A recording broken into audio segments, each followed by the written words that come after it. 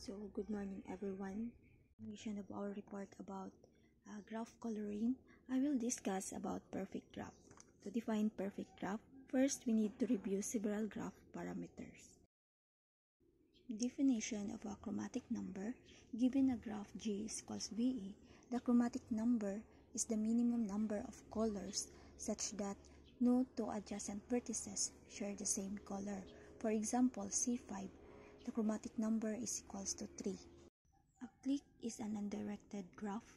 G is equals VE is a subset of the vertices C, subset of B such that every two distinct vertices in C are adjacent. The clique number is the size of a maximum clique in G. Example, consider the graph G is equals V sub 1, V sub 2, V sub 3, V sub 4, V sub 5. The maximum clique in the graph J is 4 such that C is equals V sub 1, V sub 2, V sub 3, V sub 4. Since V sub 1 is adjacent to V sub 2, V sub 3, V sub 4, and V sub 2 is also adjacent to V sub 1, V sub 3, and V sub 4, and so on. Now, I will discuss what is perfect graph. A graph G is a perfect graph if for every induced subgraph H of G, the chromatic number is equals the clique number of H. Example, for a graph G, the chromatic number is equals to 4 and the clique number is equal to 4, such that the vertices of a clique is V sub 2, V sub 3, V sub 4, and V sub 6. Therefore, a graph G is a perfect graph. Proposition, bipartite graphs are perfect, then complements of bipartite graphs are perfect. So both classes are induced subgraph clause, so we show that either type has clique number and a chromatic number is equal. Bipartite graph, this is a trivial, both numbers are 2 unless the graph is null, so in which case they are 1. For B, this is the content of 18.11. For example, for bipartite graphs are perfect. For a graph G, the chromatic number is equal to 2 and the clique number is equal to 2. So therefore, bipartite graphs are perfect. The figure in the right side is the complements of a bipartite graphs, and we see the chromatic number is equal to 3 and the clique number is equal to 3. The vertices of a clique is V sub 1, V sub 2, and V sub 3. So therefore, the complements of bipartite graphs are perfect. Anyway, the definition of the complement of G is a graph such that the vertex set of the complement G is the same as that of G. So the vertex of the complement is equals to vertex of G, and edge UV is in complement if and only if U and V is not an element of vertex J and U is not equal to V. The line graph of a graph F is equals TE is defined as follow. The vertex set of a line graph of a graph F is E.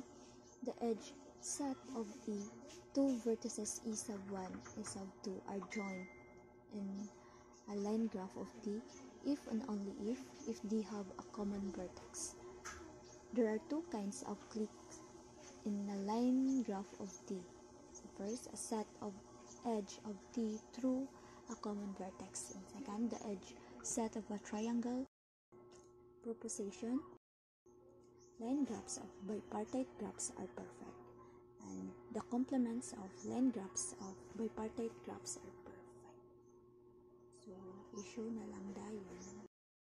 Same example sa bipartite graphs nga na mga vertex V sub 1, V sub 2, V sub 3, V sub 4, and V sub 5. Ang edge sa bipartite graph na si E sub 1, E sub 2, E sub 3, E sub 4, E sub 5, and E sub 6, is the vertex of a line graph of a bipartite graph. If ang duha ka edge na sila common vertex, adjacent sila sa line graph of a bipartite graph. And then we have a line graph of a bipartite graph na siya chromatic number nga 3 and ang click number is equal to 3. Therefore, this line graph of a bipartite graph is perfect since iyang chromatic number o iyang click number kay equal. To show the complements of a line graph of a bipartite graph are perfect. So first, kaunsa na to ang complements sa a line graph of a bipartite graph. To show the complements of a line graph of a bipartite graph are perfect. So first, kaunsa na to ang complements sa line graph. The complements of a line graph of a bipartite graph, makita na to nga iyang chromatic number kay 2, ang iya dayong click number kay 2, since equal iyang chromatic number of click number. Then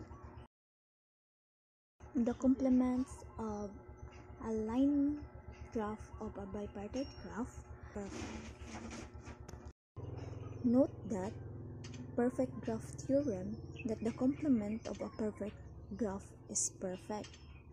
And then for a strong perfect graph conjecture, a graph is perfect if and only if it contains no add whole or add anti-whole.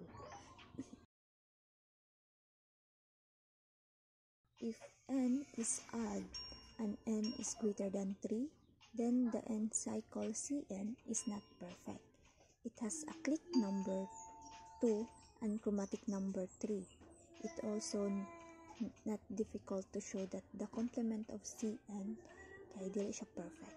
Thus, a graph which contain either Cn or complement Cn as an induced subgraph for n odd and n is greater than 3 is dili siya perfect. So, we call such induced subgraph odd wholes and odd anti-wholes